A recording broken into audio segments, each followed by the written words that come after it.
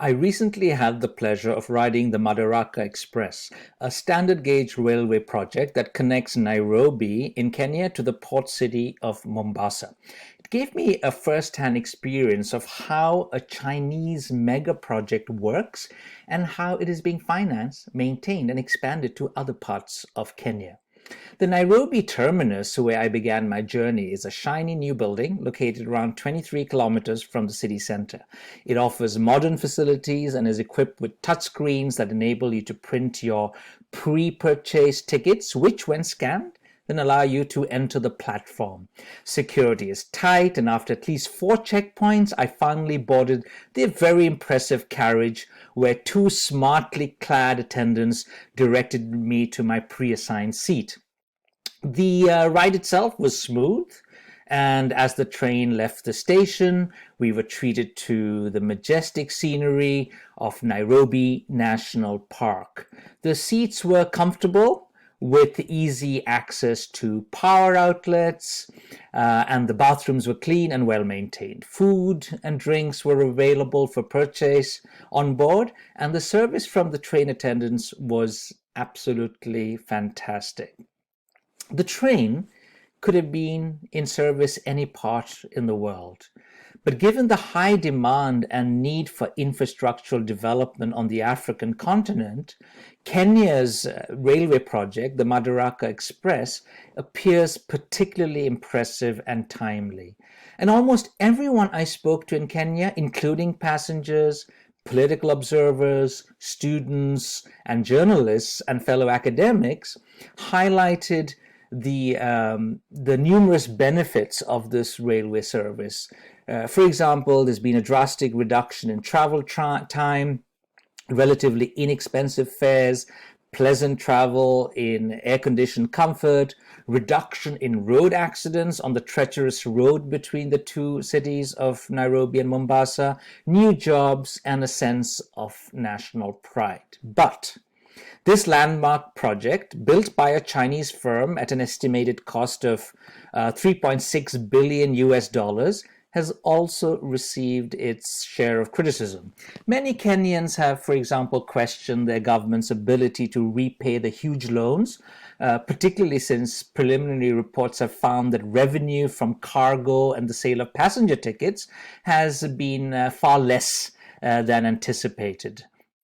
There are also some who question the kind of process that was followed during the tender process, the construction of this project. So many in Kenya have demanded greater transparency on how the loans from China were negotiated.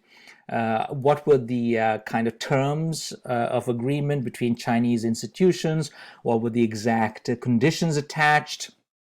And all kinds of information related to the project that the government of Kenya is yet to make public.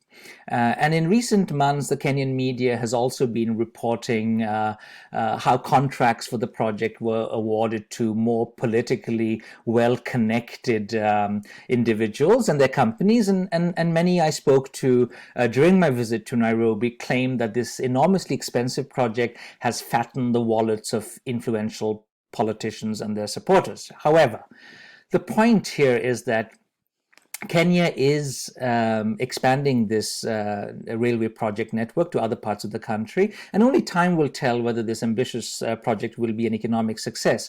What is indisputable, however, is that Kenya has made the most expensive investment in its history in terms of infrastructure development, and the Kenyan experience is going to offer numerous lessons to other African countries that wish to undertake major investments aimed at improving the infrastructure. So if you're interested, you may want to read more on this topic. You may want to read both blog articles that I've written, but also newspaper reports available in the Kenyan news media on this landmark Chinese-built railway project in Kenya. One of the countries I've been studying for many years, at least since 2006, is Malawi, and China has been very active in Malawi in the last 13 or so years, ever since it became a major donor.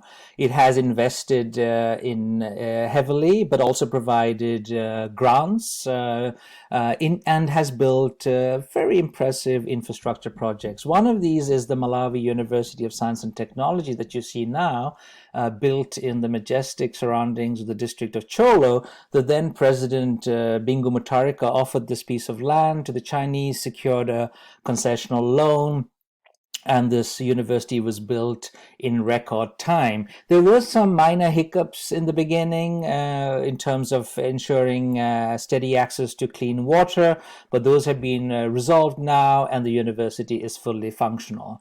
Another very impressive project undertaken with Chinese assistance is construction of the National Parliament. A lot of the MPs were meeting in the president's palace before. They did not have a place to meet. Now they do.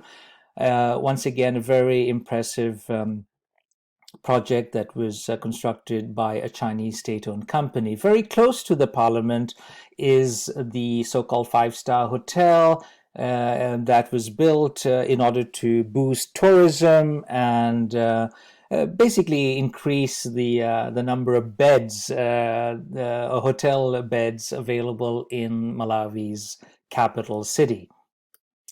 And adjoining this impressive, again, hotel is a very large conference center, which is regularly hosting international and national events.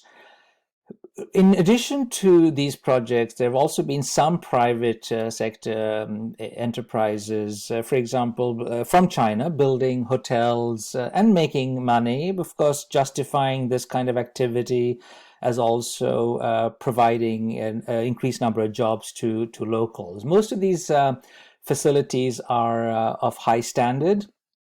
But what is typical for some of these Chinese projects is that there's always an offshoot. So after the hotel was completed, the company involved decided to expand their business by building a shopping mall, which is again in the same area as the hotel. There are lots of restaurants, and the mall offers many Chinese products at reasonable prices. And what is typical for many of these projects is that it is opened with much fanfare by the president or important politicians. A more recent project that has been completed by the Chinese is the National Stadium in Lilongwe. After a lot of to and fro as to where it was going to be built, it was finally built in Lilongwe and offers the Malawian Football Association with proper facilities for hosting national and international matches. But not all of these projects, as impressive as they are, have been well received, in the sense that they've been well received by Malawian leaders, but many have increasingly questioned the benefits. So, for example, while these hotels were being built, also presidential villas were constructed in the national capital, and it turned out that these were not being used. And so the question is more about maintenance. How do countries like Malawi benefit from these projects? Another type of criticism is that the Chinese tend to import most of their stuff from China. So this is one of the treadmills that I was using at the Golden Peacock Hotel, where everything is in Chinese. A lot of Malawians have also questioned the extent to which the Chinese projects have been able to procure domestic products. One of the many ways in which the Chinese have expanded their presence in Malawi is also through traders. So there are local Chinese traders associations that are extremely active, talking to politicians, making important connections and increasing their networks.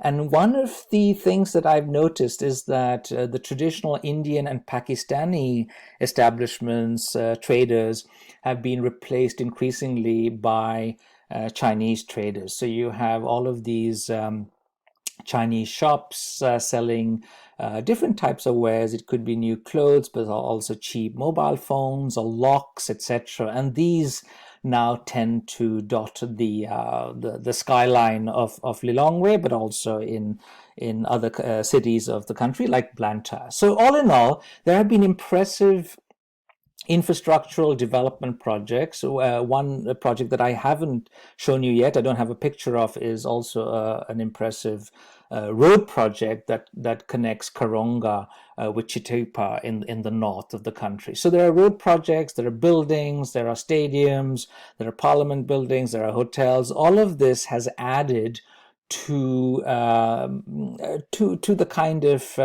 infrastructure that Malawi was lacking and wanted. So, based on local interest, local demand, or at least those articulated by the Malawian leaders, the Chinese have undertaken some of these so-called landmark, very visible projects in the country.